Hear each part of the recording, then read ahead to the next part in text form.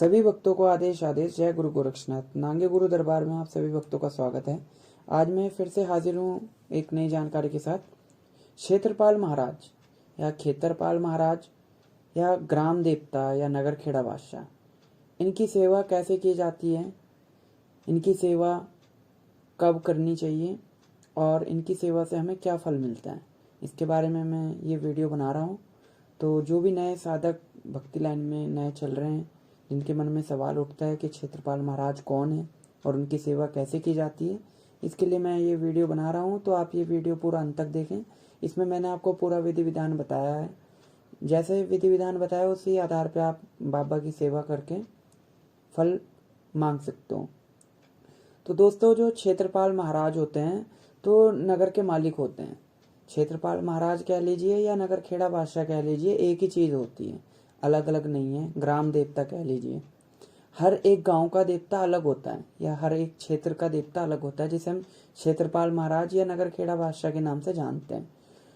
उन देवता की मर्जी जब तक नहीं होती, नगर के अंदर कोई भी शक्ति प्रवेश नहीं करती है। यहाँ तक कि अगर आपके घर में कोई तंत्र मंत्र या कोई भी देवी देवता का प्रवेश होता है तो सबसे पहले क्षेत्रपाल महाराज को ही मनाया जाता है। क्षेत्रपाल महाराज की ही पूजा की जाती है और जो भी शक्ति हमारे नगर के अंदर प्रवेश करती है तो वो क्षेत्रपाल महाराज की ही आज्ञा से नगर में आती है। जब तक उनकी इजाजत नहीं होगी तब तक कोई भी शक्ति नगर के अंदर प्रवेश नहीं करेगी।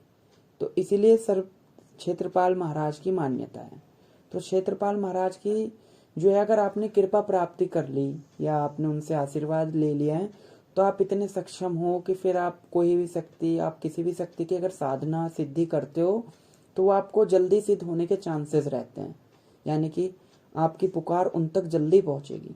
तो इसीलिए इनकी पूजा की जाती है। ठीक है दोस्तों, तो सेवा कैसे करनी है? आपने 1.25 महीना या 40 दिन क्षेत्रपाल महाराज नगर खेड़ा बादशाह की पूजा करनी है। कैसे करनी है? आपके जो ग्राम में मंदिर है, आपने जो पुराने बुजुर्ग हैं उनसे पता करना है कि इस नगर का या हमारे क्षेत्र का क्षेत्रपाल महाराज या खेड़ा नगर बादशाह कौन है। आपने उनके मंदिर पे जाना है, वहाँ पे माथा टेकना है और आपको जैसे कि उनका मंदिर मिल गया, ठीक है, तो आपने वहाँ पे कच्ची लस्सी से उनका स्नान कराना है रोज कंटिन्यू। ठीक है, वहाँ पे उनके नाम का आपने दीपक लगाना है, कुछ ना कुछ भोग में आपने जरूर रखना है।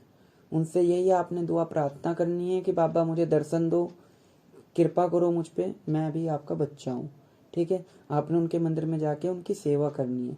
सेवा में आप वहाँ मंदिर में जाके साफ सफाई कर सकते हो, झाड़ू पोछा कर सकते हो, मूर्ति है बाबा की अगर तो उसको स्नान करा सकते हो, उनके कपड़ों को धो सकते हो।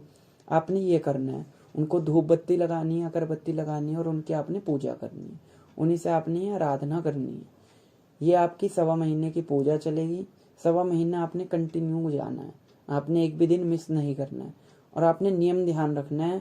आपने इस बीच में जब आप इनकी सेवा करोगे ब्रह्मचर्या का पालन करना है, ब्रह्मचर्या खंडित नहीं करना है, किसी भी पराई स्त्री को गलत नज़र से नहीं देखना है। ठीक है, और आपने जो है मांस मदिरे का सेवन नहीं करना है, सबका भला सोचना है। ये नहीं है कि आप बाबा की सेवा कर रहे हो आप एक दूसरे का बुरा सोच रहे हो, गलत कार्य नहीं करने। आपने इन चीज़ों का विशेष ध्यान रखना है। अगर आपके ऊपर इनकी कृपा हो गई तो आपका सर्व काम संपन्न अच्छे से होंगे। ठीक है, तो आज के लिए इतना ही।